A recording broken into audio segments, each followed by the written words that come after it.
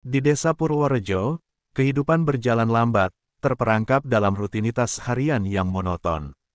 Suasana desa ini dipenuhi dengan kesunyian, hanya terdengar suara kokok ayam dan gemerisik daun ketika angin berhembus.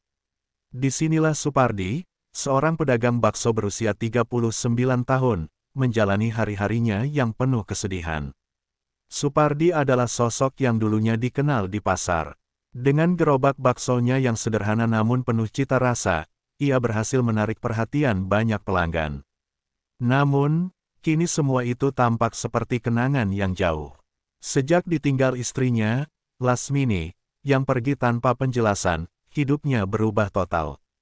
Supardi merasa kehilangan bukan hanya istri, tetapi juga semangat dan harapan. Setiap pagi, Supardi berusaha bangkit dari tempat tidurnya yang dingin. Ia mempersiapkan dagangannya dengan hati yang berat, berusaha untuk tidak mengingat kenangan indah bersama Lasmini. Dia mengingat bagaimana mereka dahulu memasak bersama, tertawa di dapur, dan merencanakan masa depan. Namun, semua itu kini tinggal kenangan pahit yang menghantui setiap langkahnya. Di pasar, Supardi melihat wajah-wajah yang familiar, namun mereka tidak lagi menatapnya dengan kagum. Beberapa orang bahkan berbisik dan tertawa sinis ketika melihat gerobak tua miliknya. Si Supardi, pedagang yang merosot, bisik salah satu pembeli. Rasa malu dan penghinaan menyelimuti jiwanya. Ia merasa seolah dunia menolak keberadaannya. Setelah berjam-jam berjualan, Supardi hanya berhasil menjual sedikit bakso. Ia pulang dengan perasaan hampa, membawa baki yang hampir kosong. Malam harinya, ia duduk di teras rumahnya yang sederhana, memandangi langit malam yang gelap. Rasa putus asa menyelimuti hatinya, dan ia merasa terasing di tengah keramaian desa. Suatu malam, ketika Supardi terbaring di ranjang, ia mendengar suara-suara aneh dari luar. Suara itu terdengar seperti bisikan lembut yang memanggilnya. Penasaran, ia bangkit dan melangkah keluar. Suara itu semakin jelas saat ia mendekati hutan yang berada di pinggiran desa. Suara itu seolah mengundangnya untuk mendekat, menjanjikan sesuatu yang tak terduga. Di pinggir hutan, ia bertemu dengan seorang dukun tua yang duduk di atas batu besar. Dukun itu memiliki tatapan tajam dan aura misterius. "Aku tahu mengapa kau datang," katanya dengan suara serak. "Kau ingin mengubah nasibmu, kan?" Supardi merasa terkejut, namun dalam hati ia mengangguk. Dukun itu mulai menjelaskan tentang pesugihan, sebuah praktik yang dapat memberikannya kekayaan dengan cepat. Namun, ada syarat yang harus dipenuhi, ia harus mengorbankan seseorang, atau yang biasa disebut tumbal. "Ini bukan jalan yang mudah," peringatan dukun itu. "Kau harus siap menghadapi konsekuensinya.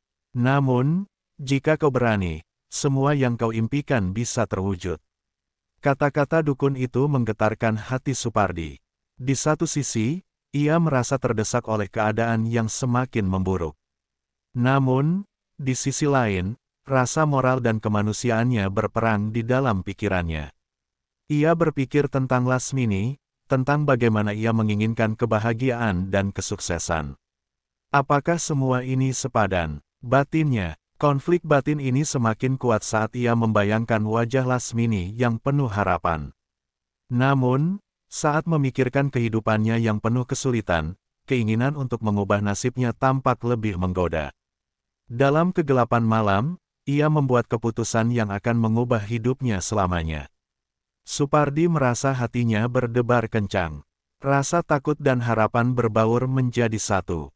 Ia berjanji pada dirinya sendiri bahwa ia akan melakukan apapun untuk mendapatkan kembali masa depannya. Dengan tekad yang bulat, ia memutuskan untuk melanjutkan ritual pesugihan yang ditawarkan dukun. Setelah keputusan berat yang diambil Supardi, hidupnya seolah dipenuhi dengan ketegangan dan harapan baru. Meskipun rasa takut masih membayangi pikirannya, keinginan untuk meraih kekayaan dan mengubah nasibnya semakin membara, menggambarkan perjalanan Supardi saat ia mempersiapkan ritual pesugihan yang akan mengubah hidupnya selamanya. Keesokan harinya, Supardi bangun pagi dengan perasaan campur aduk. Ia tahu bahwa untuk memulai proses pesugihan, ia harus mempersiapkan berbagai sesaji. Saat melangkah ke pasar, ia merasakan ketegangan yang menusuk. Suara pasar yang biasanya ramai kini terasa menyesakkan. Dia mencari bahan-bahan yang diperlukan, sebuah ayam jantan, beras, dan bunga. Setiap langkahnya seolah dihantui oleh bayang-bayang keputusan yang telah diambilnya. Setelah membeli semua yang dibutuhkan, Supardi kembali ke rumahnya. Ia menyiapkan sesaji di ruang belakang, jauh dari pandangan orang lain.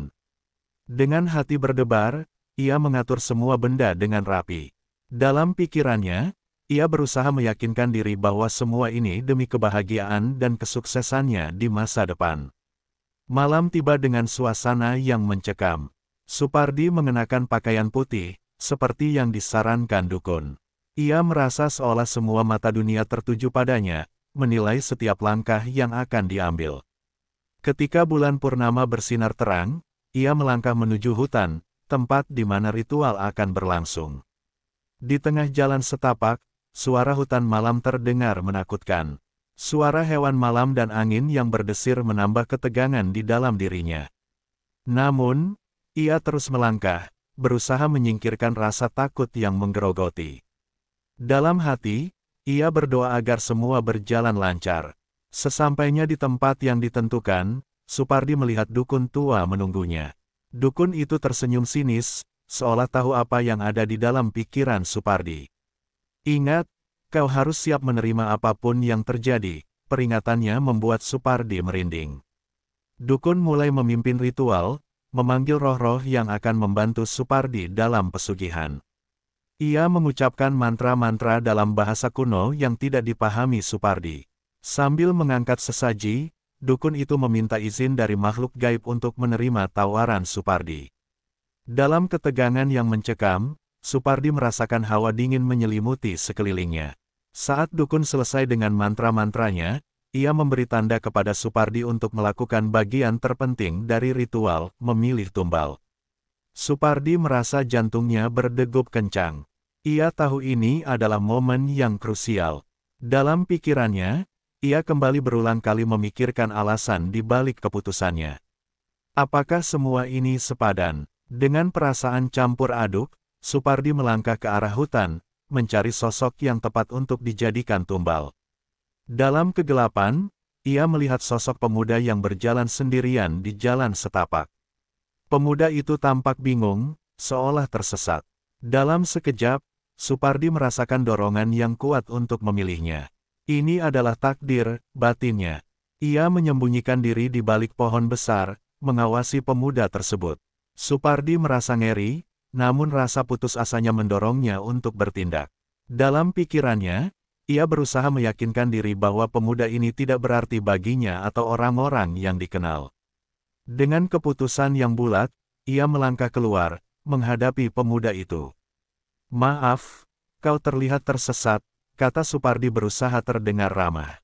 Pemuda itu menatapnya dengan ragu, namun Supardi bisa melihat ketidakpastian di wajahnya. Supardi merasa seperti predator yang mengincar mangsa, namun ia berusaha menepiskan rasa bersalah yang menyergapnya. Setelah beberapa menit berbincang, Supardi membawa pemuda itu ke lokasi ritual. Dengan penjelasan yang samar-samar, ia berusaha meyakinkan pemuda itu bahwa mereka hanya akan berbincang. Namun, saat mereka sampai di tempat yang gelap dan terasing, Supardi tahu bahwa tidak ada jalan kembali. Dalam detik-detik terakhir, Supardi merasakan keraguan yang mendalam. Ia ingin berteriak, ingin membatalkan semuanya. Namun, suara dukun yang menunggu di belakangnya membuatnya tidak berdaya. "Segera lakukan, sebelum semuanya terlambat," bisik dukun itu. Supardi meraih pisau yang telah disiapkan. Dalam hitungan detik yang terasa seperti selamanya, ia melakukan tindakan yang tak terbayangkan. Pemuda itu terjatuh, dan seketika suasana hutan menjadi sunyi. Hanya suara detak jantung Supardi yang terdengar, berdegup kencang dalam keheningan yang mencekam. Setelah ritual selesai, Supardi merasakan campuran emosi yang sulit dijelaskan. Rasa lega bercampur penyesalan, seolah ada bagian dari jiwanya yang hilang bersamaan dengan nyawa pemuda itu. Dalam kegelapan malam, ia merasakan hawa dingin yang menyesakkan, seolah makhluk gaib telah mengambil alih tempat itu. Dukun tersenyum, kau telah melakukannya. Kekayaan akan segera menghampirimu. Namun, di dalam hati Supardi, ada suara yang mempertanyakan semua yang telah terjadi. Apa yang telah aku lakukan? Pikirnya, namun semua pertanyaan itu terjebak di dalamnya. Setelah ritual pesugihan yang mengubah hidupnya, Supardi merasakan perubahan yang drastis. Kekayaan yang diimpikannya kini mulai mendatangi, tetapi dalam perjalanan ini, ia juga harus menghadapi konsekuensi dari tindakan yang telah dilakukannya, menggambarkan bagaimana Supardi beradaptasi dengan kehidupan barunya, serta dampak emosional yang terus menghantuinya. Kekayaan mulai mengalir ke dalam hidup Supardi dengan cara yang tidak terduga. Dalam waktu singkat setelah ritual, usaha bakso yang semula sepi pembeli kini dipenuhi oleh pelanggan yang berbondong-bondong. Setiap hari, gerobaknya selalu dikelilingi orang-orang yang mengantri, menunggu bakso yang terkenal enak dan murah. Supardi merasa seperti raja di desanya. Ia mulai mendapat pengakuan dari masyarakat sekitar. Orang-orang yang dahulu meremehkannya kini mengagumi keberhasilannya. Ia merasakan kebanggaan yang luar biasa ketika melihat antrean panjang di depan gerobaknya. Rasa sakit dan penyesalan yang menggerogoti hatinya seolah tertutupi oleh kesuksesan yang baru diraihnya. Dengan kekayaan yang baru, Supardi mulai mengubah gaya hidupnya. Ia membeli pakaian baru, mobil, dan bahkan memperbaiki rumahnya. Suatu hari, ia memutuskan untuk mengundang beberapa teman lamanya ke rumah barunya. Dengan bangga, ia menunjukkan semua yang telah ia capai. Namun, di balik senyuman dan tawa, ada rasa cemas yang terus-menerus menghantui. Malam itu, saat semua orang bersenang-senang, Supardi merasakan kebahagiaan yang terasa hampa. Dia mengingat pemuda yang ia korbankan, wajahnya, senyumannya, dan bagaimana hidupnya kini telah sirna. Dalam keramaian itu, Supardi tidak bisa mengabaikan rasa bersalah yang terus menggerogoti hatinya, meskipun ia berusaha menutupi semuanya dengan tawa. Seiring berjalannya waktu, suara bisikan pemuda yang ia korbankan semakin sering muncul dalam pikirannya. Supardi terbangun di tengah malam dengan keringat dingin, mendengar suara memanggil namanya. Suara itu seolah mengingatkannya bahwa ia tidak pernah benar-benar bebas dari perbuatannya. Dalam pikirannya, ia berusaha menepis semua perasaan bersalah, tetapi semakin ia berusaha, semakin kuat suara itu menghantuinya. Suatu malam, saat ia duduk sendirian di ruang tamu, Supardi melihat bayangan di sudut ruangan. Bayangan itu tampak samar, namun ia bisa merasakan kehadiran yang menakutkan. Dalam kegelapan, ia mendengar suara lembut yang memanggilnya. "Mengapa kau melakukannya, Supardi?" Suara itu bertanya, membuat hatinya bergetar. Ia menutup matanya, berharap semua ini hanya ilusi, tetapi suara itu terus berlanjut, menuntut penjelasan. Merasa tertekan, Supardi mulai mencari cara untuk menebus kesalahannya. Ia mulai menyisihkan sebagian dari penghasilannya untuk disumbangkan kepada orang-orang yang membutuhkan di desanya. Ia berharap dengan berbuat baik, karma akan membalasnya dan mengurangi rasa bersalah yang menggerogoti hatinya. Namun, setiap kali ia melakukan kebaikan, rasa bersalah tidak kunjung sirna. Supardi merasa bahwa tidak ada jumlah amal yang bisa menggantikan nyawa pemuda itu. Ia merasa terjebak dalam siklus kesuksesan yang tidak memberikan kebahagiaan sejati. Dalam hati, ia mulai meragukan apakah semua ini sepadan. Kekayaan yang didapatkan mulai menunjukkan sisi gelapnya. Supardi melihat teman-teman yang mendekatinya bukan karena kepribadiannya, tetapi karena uang yang dimilikinya. Ia merasa terasing dari orang-orang yang seharusnya menjadi penghibur dalam hidupnya. Ketika ia mencoba berbincang-bincang, ia merasakan kejanggalan, seolah semua orang hanya ingin memanfaatkan keberhasilannya. Suatu hari, saat berada di pasar, ia melihat seorang ibu tua yang pernah menjadi pelanggan setianya. Ibu itu menatapnya dengan mata penuh kesedihan dan kekecewaan. "Kau telah berubah, Supardi. Dulu kau pedagang yang baik, sekarang," kata ibu itu, sebelum pergi menjauh. Kata-kata itu seperti tamparan keras yang menyadarkan Supardi akan kehilangan jati dirinya. Seiring berjalannya waktu, Supardi menyadari bahwa kekayaan tidak selalu membawa kebahagiaan. Ia merasa terasing, terjebak dalam kesedihan yang tak berujung. Saat melihat bakso yang dijualnya, ia teringat akan pemuda yang telah ia korbankan. Di setiap mangkuk bakso, ia melihat bayangan wajah pemuda itu, seolah mengingatkannya akan konsekuensi dari pilihan yang telah diambil. Ketika malam tiba, suara bisikan semakin keras, dan bayangan semakin nyata. Supardi merasa tidak ada tempat untuk bersembunyi. Dalam kegelapan, ia merasakan kehadiran yang menakutkan, seolah makhluk gaib yang membantunya kini datang menagih janji. Ia terbangun dengan teriakan, keringat membasahi tubuhnya, dan rasa cemas menggerogoti jiwa. Kehidupan Supardi yang semula dipenuhi dengan kebahagiaan semu kini mulai memperlihatkan dampak dari keputusan yang diambilnya. Meskipun kekayaan yang didapatkan dari pesugihan memberinya segala sesuatu yang diimpikan, ia tidak bisa mengabaikan bayang-bayang gelap yang terus menghantuinya, mengisahkan bagaimana konsekuensi dari pilihan-pilihan Supardi mulai menggerogoti hidupnya. Seiring berjalannya waktu, Supardi merasa semakin terasing dari komunitasnya.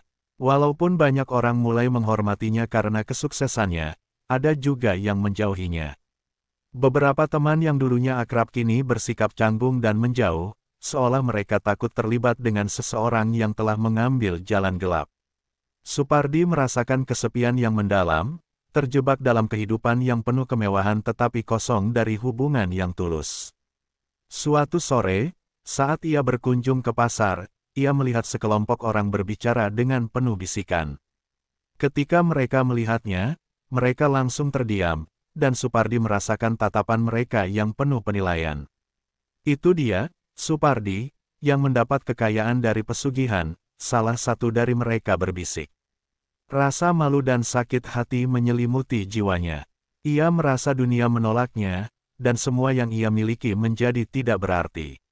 Dalam kesunyian malam, suara bisikan pemuda yang ia korbankan semakin keras. Supardi terbangun dengan teriakan, berusaha menyingkirkan rasa takut yang menyelimuti. Setiap malam, ia melihat bayangan pemuda itu berdiri di sudut gelap kamarnya, menatapnya dengan penuh penyesalan.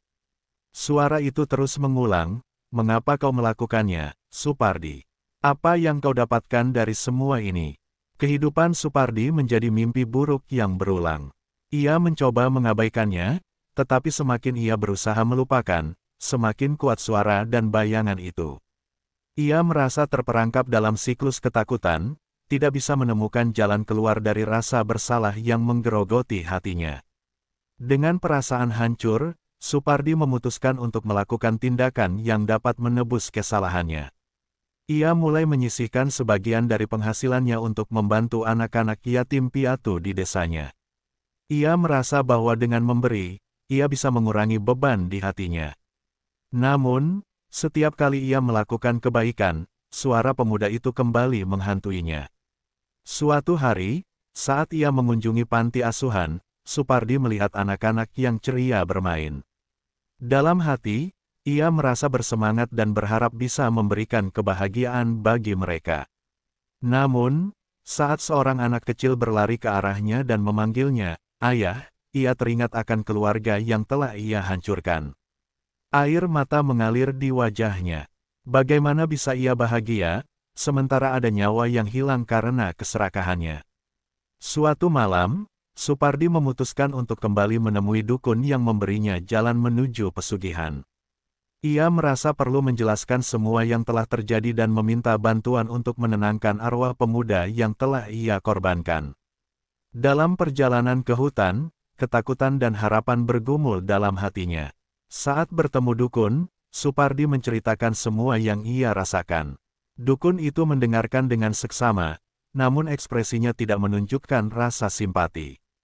"Kau telah membuat pilihan, dan setiap pilihan memiliki konsekuensi," katanya dengan suara serak.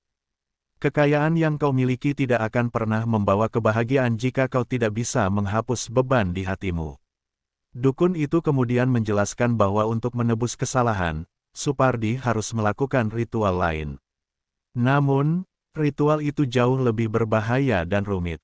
Supardi merasa terjebak. Di satu sisi, ia ingin menebus kesalahannya, tetapi di sisi lain, ia tidak ingin terjerumus lebih dalam ke dalam kegelapan. Setelah berpikir panjang, Supardi memutuskan untuk melanjutkan ritual tersebut.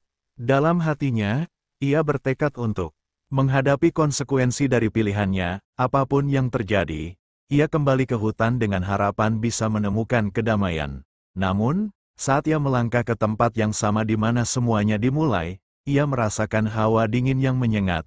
Di tengah malam, dengan sesaji di tangannya, Supardi melakukan ritual baru. Ia berharap bisa membebaskan arwah pemuda itu dan menebus kesalahan yang telah diperbuat. Namun, saat menutup mata dan mengucapkan mantra, ia merasakan sesuatu yang aneh, seolah ada kekuatan yang menariknya ke dalam kegelapan. Setelah menjalani serangkaian peristiwa yang penuh ketegangan, Supardi menyadari bahwa ia tidak bisa terus melarikan diri dari akibat keputusan yang diambilnya. Perjalanan Supardi mencapai puncaknya, di mana semua keputusan dan tindakan yang diambilnya akan membawanya pada akhirnya yang menyedihkan. Malam itu, Supardi kembali ke hutan tempat ia menjalankan ritual pesugihan pertama. Hatinya berdebar kencang, mengingat semua yang telah terjadi. Ia merasa seolah dunia berputar di sekelilingnya, dan setiap langkah terasa berat. Dalam pikirannya, ia terus-menerus mengulang doa untuk meminta ampun kepada arwah pemuda yang telah ia korbankan. Dukun yang sama menunggunya di tempat yang sama, dengan ekspresi serius di wajahnya. "Kau sudah memutuskan untuk melanjutkan ritual ini?" tanyanya. Supardi mengangguk, meskipun rasa takut menyelimuti hatinya. Ia tahu bahwa ini adalah satu-satunya cara untuk membebaskan dirinya dari rasa bersalah dan mengingat arwah pemuda itu. Dukun mulai mengatur sesaji, mempersiapkan semua yang diperlukan untuk ritual penebusan. Supardi mengikuti dengan penuh keraguan, tetapi tekad untuk mengubah nasibnya mendorongnya untuk melanjutkan. Ia ingin mengakhiri semua ini, ingin bebas dari bayang-bayang yang terus menghantuinya. Saat ritual dimulai, suasana di sekitar mereka berubah menjadi mencekam. Dukun mengucapkan mantra dalam bahasa kuno, dan Supardi merasakan hawa dingin menyelimuti sekelilingnya. Dalam kegelapan, ia melihat bayangan pemuda yang telah ia korbankan muncul di hadapannya. Wajah pemuda itu tampak sedih dan penuh penyesalan. "Kenapa kau datang ke sini?" tanya Supardi dengan suara bergetar. "Aku sudah melakukan yang terbaik untuk menebus kesalahanku." Arwah pemuda itu menatapnya dengan tatapan kosong. "Kau tidak bisa menebus nyawaku dengan kekayaanmu. Aku telah pergi, dan kau harus belajar dari kesalahanmu." Suara itu terdengar lembut namun penuh ketegasan. Supardi merasa hatinya hancur mendengar kata-kata itu. Dalam suasana yang mencekam, Supardi mulai merasakan penyesalan yang mendalam. Ia mengingat semua kenangan indah yang telah hilang, semua harapan yang telah hancur. Dalam hati, ia ingin mengubah semuanya, tetapi ia tahu bahwa itu tidak mungkin. "Aku tidak ingin semua ini," ia berteriak, air mata mengalir di pipinya. "Aku hanya ingin memperbaiki semuanya." Dukun terus melanjutkan mantra, tetapi suara pemuda itu semakin kuat. "Kekayaan tidak akan memberi kebahagiaan. Kau harus belajar untuk menerima konsekuensi dari tindakanmu," katanya. Dalam sekejap, suasana menjadi semakin gelap, dan Supardi merasa terjebak dalam kesedihan yang mendalam. Ketika ritual mencapai puncak, Supardi merasakan kekuatan aneh mengalir ke dalam dirinya. Ia terpaku, tidak bisa bergerak. Dalam keadaan antara sadar dan tidak, ia melihat seluruh kehidupannya terlintas di depan matanya, cita-citanya yang hancur, kebahagiaannya yang semu, dan kesedihan yang terus menghantuinya. "Berhentilah sebelum semuanya terlambat," suara pemuda itu mengingatkannya. Supardi merasa tercekik oleh rasa bersalah dan penyesalan. Ia sadar bahwa tidak ada jalan kembali, dan apapun yang ia lakukan tidak akan mengubah kenyataan. Dalam momen terakhir, Supardi berdoa dengan penuh harapan. "Ampunilah aku tidak tahu apa yang aku lakukan," ia merintih. Namun, suara pemuda itu menghilang, dan kegelapan mengelilingi Supardi. Saat ritual berakhir, Supardi terjatuh ke tanah, merasakan kehampaan yang mendalam. Ia menyadari bahwa ia tidak bisa melarikan diri dari konsekuensi pilihan yang telah diambil. Makhluk gaib yang membantunya dalam pesugihan kini tampak menariknya ke dalam kegelapan. Suara bisikan semakin memudar, dan dalam kegelapan, Supardi merasakan kesedihan yang tak terlukiskan.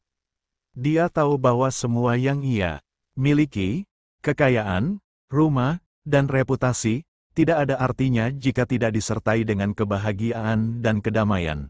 Dalam sekejap, semua itu lenyap. Supardi terjebak dalam kesedihan yang abadi, tidak bisa kembali ke kehidupan sebelumnya. Akhirnya, Supardi lenyap ke dalam kegelapan, meninggalkan desanya yang sunyi. Cerita tentangnya menjadi legenda yang menakutkan di desa Purworejo. Sebuah peringatan akan bahaya mencari kekayaan dengan cara yang salah. Dalam bisikan angin malam, orang-orang mengingatnya sebagai pedagang bakso yang terperosok dalam dunia pesugihan, terjebak dalam penyesalan yang tidak pernah bisa terhapus.